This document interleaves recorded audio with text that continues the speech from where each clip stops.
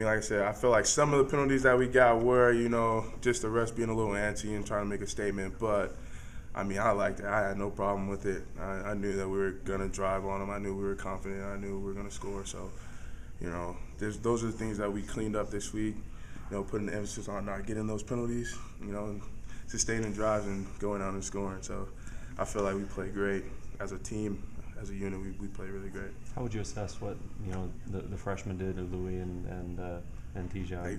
They did great. Mm-hmm. I was proud. I was so proud of those guys, man. They went out and they played hard. Like they weren't shook. Their first collegiate game, they didn't go in. They weren't scared. I talked to Tejan, I talked to Ului before the game, and I just told him, like, bro, like, this is where I wish I would have had somebody tell me in my first game, like, don't go in and be nervous or scared, because these kids put on jerseys and helmets and wake up in the morning just like we do. So just go in and do what you know, do what you know how to do. Go in and be physical and focused on your assignment and going out and playing hard. What are your thoughts about taking on Texas? It's going to be a good game. That's how I feel. I know we're going into a stadium where the atmosphere is crazy. But other than that, I feel like this is, from watching film, it's the same Texas team from last year. They do have a new head coach, so that means they're probably going to be a little bit more fired up. But if we come out fast and we come out physical and hard and put up points fast on them, that we'll come out winning this game. There's a lot of talk about how much this game means for them. The beat reporter just last night termed it as a mini Sugar Bowl for them. Did you read that stuff? I didn't read that stuff, but I have seen a couple of things where revenge is sweet. Well, on one of their church billboards it said, we do not go with revenge, but we'll make an exception beating BYU. So, it's whatever. You can say what you want, but you have to prove it in the game. And, I feel like for this game for them, if they win, if this is the only game they win for the rest of the season, I think that it'll be good for them.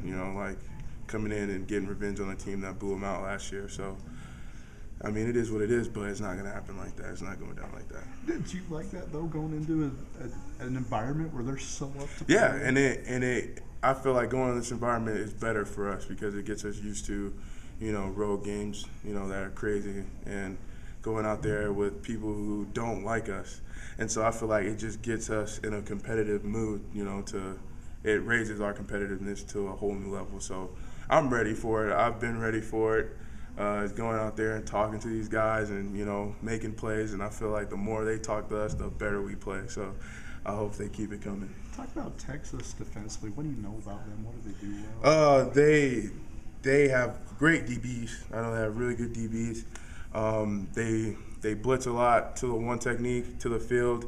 A lot of middle dog cross with the middle linebackers.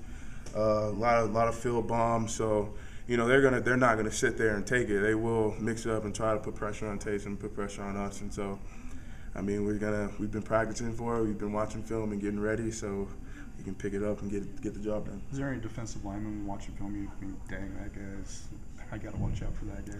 All of them. We don't take anybody lightly. We don't, because they can always. Whenever people play us, they decide to have their best game of their career. So. You always got to be on your A game when you're playing other teams, and so I feel like we haven't underlooked anybody, but we've also looked at their strengths and their weaknesses. So we're going to take advantage of their weaknesses and also game plan around their strengths. And so I feel like there's not a guy that's just like, oh my God, like is that J.J. Watt on the field? But there are some guys that have a lot of good talent, that can make plays, and so. We're just preparing for that and trying to go fast and be as physical as possible. They don't give us a play, but what's a fill bomb? You mentioned it. So a fill bomb is when you have a sandbacker coming off the edge. You have the DN. This is a bear technique. So, this is a bear front, so it's 3 down linemen. You have an end going long, sticking into the A gap.